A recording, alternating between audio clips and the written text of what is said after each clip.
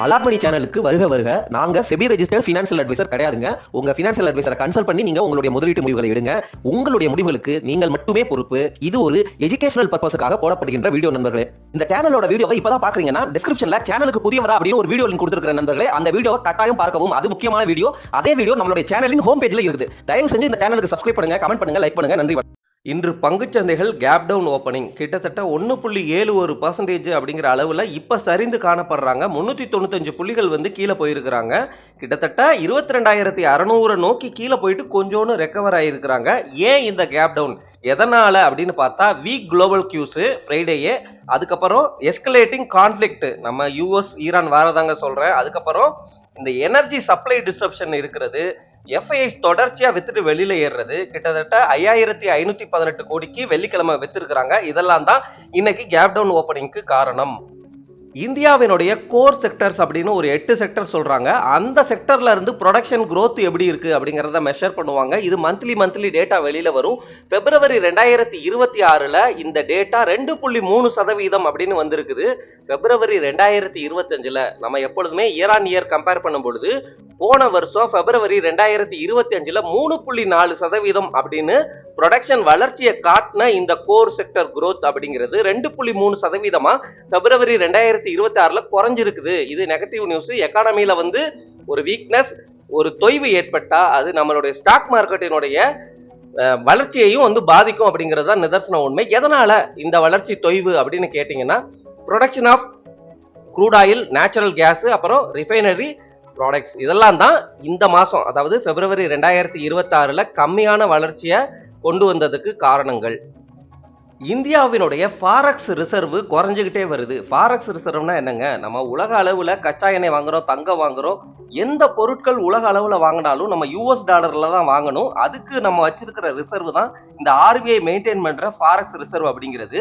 அது மார்ச் 13 அந்த வாரத்துல முடிவுல வெளியில வந்த டேட்டா பிரகாரம் $7.052 பில்லியன் குறைஞ்சு $709.76 பில்லியன் தான் கையிருப்பு இருக்கு நம்ம கிட்ட. கிட்டத்தட்ட $7 பில்லியன் அளவுக்கு நம்மளுடைய செலவுகள் அதிகரிச்சிருக்குது. அதனால நம்மளுடைய ஃபாரெக்ஸ் ரிசர்வ் குறைஞ்சிருக்கு அப்படிங்கிறது தான் நம்ம புரிஞ்சுக்க உள்ள வேண்டிய விஷயம். இது நெகட்டிவ், நம்ம எக்கானமிக்கு நெகட்டிவ். இது அதுக்கு முந்தின வாரம் இருக்கு பாத்தீங்களா, மார்ச் 13க்கு முன்னாடி இருக்கிற அந்த மார்ச் ஃபர்ஸ்ட் வாரம்னு நினைக்கிறேன். அதுல 11.68 பில்லியன் நம்ம செலவு செஞ்சு 716.81 பில்லியன் அப்படிங்கிற அளவு தான் கையிருப்பு இருந்தது. ஸோ ட்ரெண்ட் மார்ச் மாசத்துல 2 வாரமா நம்மளுடைய ஃபாரெக்ஸ் ரிசர்வ் குறையிறது அப்படிங்கிறது நெகட்டிவான விஷயம். இதற்கு காரணம் கச்சா எண்ணெய் விலை ஏறினது தான் அப்படிங்கிறது தான் நம்ம புரிஞ்சுக்கிற விஷயம். இந்தியன் எக்கானமி தான் நம்மளுடைய ஸ்டாக் மார்க்கெட்ல நம்ம எதிர்பார்க்கிற ரிட்டர்னுக்கு அடிப்படையே. அந்த எக்கானமி நல்லா இருக்கணும்னா நம்ம செக்டர்ஸ் எல்லாம் நல்லா பண்ணணும். அந்த செக்டர்ஸ்ல பல செக்டர்ஸ் இந்த குளோபல் ட்ரேட் ஃப்ளோஸை நம்பி இருக்கிறாங்க. ஷிப்மெண்ட் எல்லாம் கரெக்டா வந்தாதான் அவங்க செக்டர்ல வளர்ச்சியை காட்ட முடியும். இப்ப ஈரான் வார்னால இந்த ஸ்ட்ரெயிட் ஆஃப் ஹோர்முஸ் வழியா வர வேண்டிய ஷிப்ஸ் எல்லாம் பயங்கரமா வரல.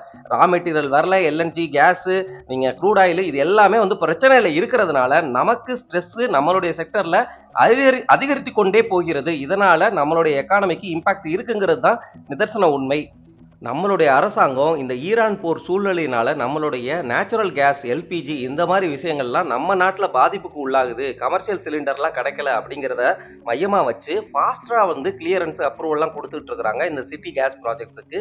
இது பாசிட்டிவான விஷயம் தான். நம்ம எஃப்ஐஐசியே காசை எடுத்துட்டு போறாங்க அப்படின்னு கேட்டா 88,000 கோடி கிட்ட மார்ச் மாசத்துல மட்டுமே எடுத்துட்டு போயிருக்கிறாங்க. காரணங்கிறது உங்களுக்கு நல்லாவே தெரியும். க்ரூட் ஆயில் விலை ஏறினா நம்ம எக்கானமிக்கு அது ரொம்ப கெடுதல். ரிட்டர்ன் நிறைய கொடுக்க முடியாது. பிளஸ் அவங்க நாட்டிலேயே ட்ரெஷரி பில்டுல 4.2 4.5 அப்படிங்கிற அளவுக்கு வட்டி சேஃபா கிடைக்குது. யூஎஸ் டாலர் வேற இந்த மாதிரி வார் சூழ்நிலைகள்ல ஸ்ட்ரென்த் ஆகும். ஏன்னா மக்கள் எல்லாம் காசை எடுத்துட்டு சேஃபா ட்ரெஷரி பில்லுக்கு போவாங்க. இதெல்லாம் தான் காரணங்கள் நண்பர்களே. இந்த வெஸ்ட் ஏஷியா கான்ஃப்ளிக்ட், ஈரான் போர்னால நம்மளுடைய எக்ஸ்போர்ட்டர்ஸ் பாதிக்கப்படுறாங்க. அவங்களுக்காக 497 கோடி ரூபாயை ரிலீஃப் ஸ்கீம் மூலமா கவர்மெண்ட் ரோல் அவுட் பண்றாங்க. இவ்வளவு அமௌண்ட்டை resilience logistics intervention for export facilitation அப்படிங்கிற ஸ்கீம் மூலமா எக்ஸ்போர்ட்டர்ஸுக்கு ஹெல்ப் பண்ணும் விதமா 497 கோடி ரூபாய்க்கு ரிலீஃப் ஸ்கீம் அனௌன்ஸ் பண்ணியிருக்குது கவர்மெண்ட். இது பாசிட்டிவான விஷயம் ஃபார் எக்ஸ்போர்ட்டர்ஸ். டாரன் ஃபார்மாவுக்கு ஒரு பாசிட்டிவ் நியூஸ். அவங்க செமாக்ளூடைட் பிராண்ட்ஸை இந்தியாவில் லான்ச் பண்ணுறாங்க. இது செம்பாலிக் அப்புறம் செமாலிக்ஸ் அப்படிங்கிற அந்த பிராண்ட் நேமில் ஓரல் அண்ட் இன்ஜெக்டபிள் ஃபார்முலேஷன்ஸில் வந்து இவங்க லான்ச் பண்ணியிருக்கிறாங்க. இந்த ப்ராடக்ட் எதுக்குன்னா மெட்டபாலிக் டிஸார்டர்ஸ்னு சொல்லப்படுற டைப் 2 டயபெட்டிஸ் அண்ட் ஒபிசிட்டிக்காக இவங்க லான்ச் பண்ணியிருக்கிறாங்க. டாரன் ஃபார்மாங்கிறது டாரன் குரூப்பினுடைய ஒரு ஃபிளாக்ஷிப் கம்பெனி. இந்த கம்பெனியோடைய கோர் ஸ்ட்ரென்த் அப்படின்னு பார்த்தோம்னா cardiovascular and central nerve system செக்மெண்ட்ஸில் தான் இவங்க எக்ஸ்பர்ட். அது மட்டும் இல்லாமல் இவங்க கேஸ்ட்ரோ, டயபெட்டாலஜி, அதுக்கப்புறம் வந்து anti infective and pain management செக்மெண்ட்ஸ்லையும் இவங்க இருக்கிறாங்க. டாரன் ஃபார்மா செமாகுளுடைட் பிரான்ச்சஸை இந்தியாவில் லான்ச் பண்ணுது அப்படிங்கிறது ஒரு பாசிட்டிவ் நியூஸ் ஃபார் டாரன் ஃபார்மா. நீங்கள் வேல்யூவேஷன் கண்டிப்பாக அந்த ஸ்டாக்குக்கு செக் பண்ணணும். உலகமே AI, data centre, renewable energy அப்படின்னு போயிட்டு இருக்கு. பவருடைய நீடு கண்டிப்பாக நம்ம நாட்டுக்கு, உலகத்துக்கு எல்லாத்துக்குமே தேவை. ஃபியூச்சர்லையும் பவருடைய டிமாண்ட் இருக்க தான் போகுது. எல்லா கம்பெனிகளும் லிஸ்ட் பண்ணி இருக்கிறது எப்படின்னு பார்த்தா ட்ரெடிஷ்னலாக இருக்கிற பவர் கம்பெனிகள் லிஸ்ட் ஆயிருக்குது.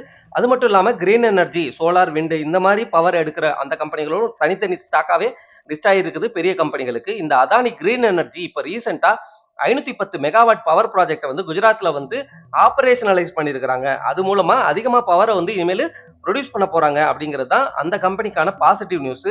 ஆல்ரெடி இவங்க 17,982 மெகாவாட், அதாவது இந்த 510 மெகாவாட்டையும் சேர்த்தீங்கன்னா இப்போ இவங்களுடைய total power capacity, generation capacity renewable energy மூலமா வந்து ஜென்ரேட் பண்றது எவ்வளவு அப்படின்னு பார்த்தா 17,982 மெகாவாட் வந்து ரெனியூபிள் பவர் எனர்ஜி வந்து இவங்க வந்து ப்ரொடியூஸ் பண்றாங்க. இது அதானி கிரீன் எனர்ஜிக்கு பாசிட்டிவான விஷயம்.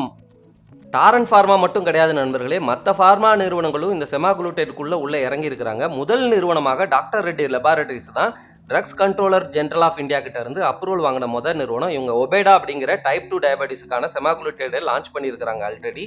இதனுடைய பேட்டன்ட் எக்ஸ்பயர் ஆனதுனால நம்ம கம்பெனிகள் எல்லாமே வந்து இந்த எக்ஸ்க்ளூசிவிட்டி அப்படின்னு சொல்லுவாங்க. எந்த நிறுவனம் வந்து புதுசா ஒரு ட்ரக்கை கண்டுபிடிக்கிறாங்களோ அவங்களுக்கு 10 வருஷம் 20 வருஷம் அந்த மாதிரி பேட்டன்ட் இருக்கும்.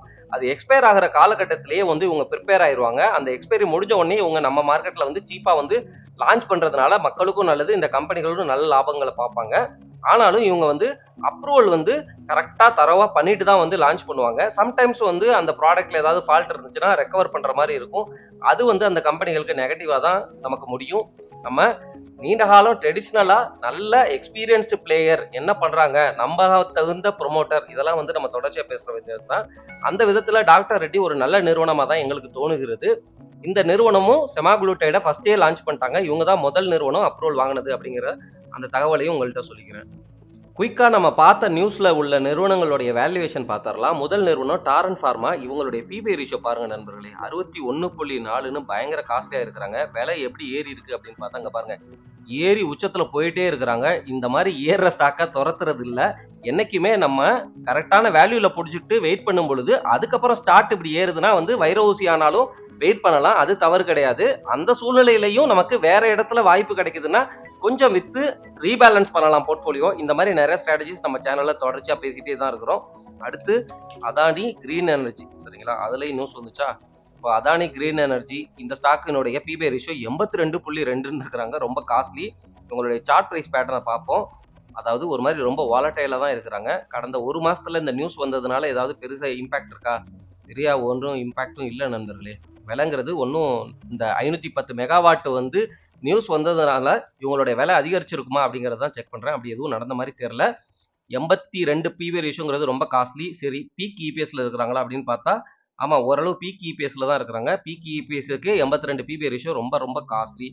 டாக்டர் ரெட்டி இவங்களுடைய நிறுவனத்தினுடைய பிபி ரேஷியோ 19 தான். அப்போ வேல்யூ ஜோன்ல தான் இருக்கிறாங்க. இவங்களுடைய சார்ட் பிரைஸ் பேட்டர்ன் பிரகாரம் பார்க்கும் பொழுது ஒரு மாதிரி வந்து ரொம்ப பெருசா ஏறல, கொஞ்சோன்னு ஏறி கன்சாலிடேட் ஆகிட்டு இருக்கிறாங்க. இவங்களுடைய ப்ராஃபிட் அண்ட் லாஸ் ஸ்டேட்மெண்ட்ல இபிஎஸ் பீக் இபிஎஸ்ஸா கிட்டத்தட்ட வந்து ஆமா பீக் இபிஎஸ் தான். 26 ரூபாய் அப்படின்னு இருந்தது, 54 66 ரூபான்னு போயிருக்கிறாங்க.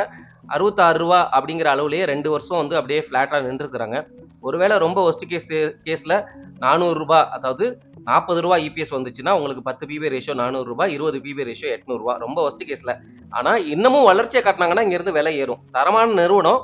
இதுல ஒரே ஒரு கேப், 26 ரூபாய் இபிஎஸ் இருந்தது 66 ரூபாயா மாறி இருக்குது. இதை உங்களால தக்க வைக்க முடியுமா அப்படிங்கிற தாட் ப்ராசஸ் தான் அலாட் மணிக்கு இருக்குது. அதர்வைஸ் நல்ல நிறுவனம். உங்களுடைய பிபி ரேஷியோன்னு பார்க்கும்போது 19 அப்படிங்கிறது நல்ல வேல்யூ ஜோன் தான். இதெல்லாம் உங்களுடைய இண்டிவிஜுவல் கன்விக்ஷன், ஃபினான்சியல் அட்வைசரை கேட்டுட்டு நீங்க முதலீட்டு முடிவுகள் எடுங்க. நாங்க ஜஸ்ட் எஜுகேஷனல் பர்பஸ்க்காக இந்த வேல்யூ ஜோன்லலாம் எப்படி இருக்கிறாங்க இந்த பங்குகள் அப்படிங்கிறத தான் காட்டிட்டு இருக்கிறோம்.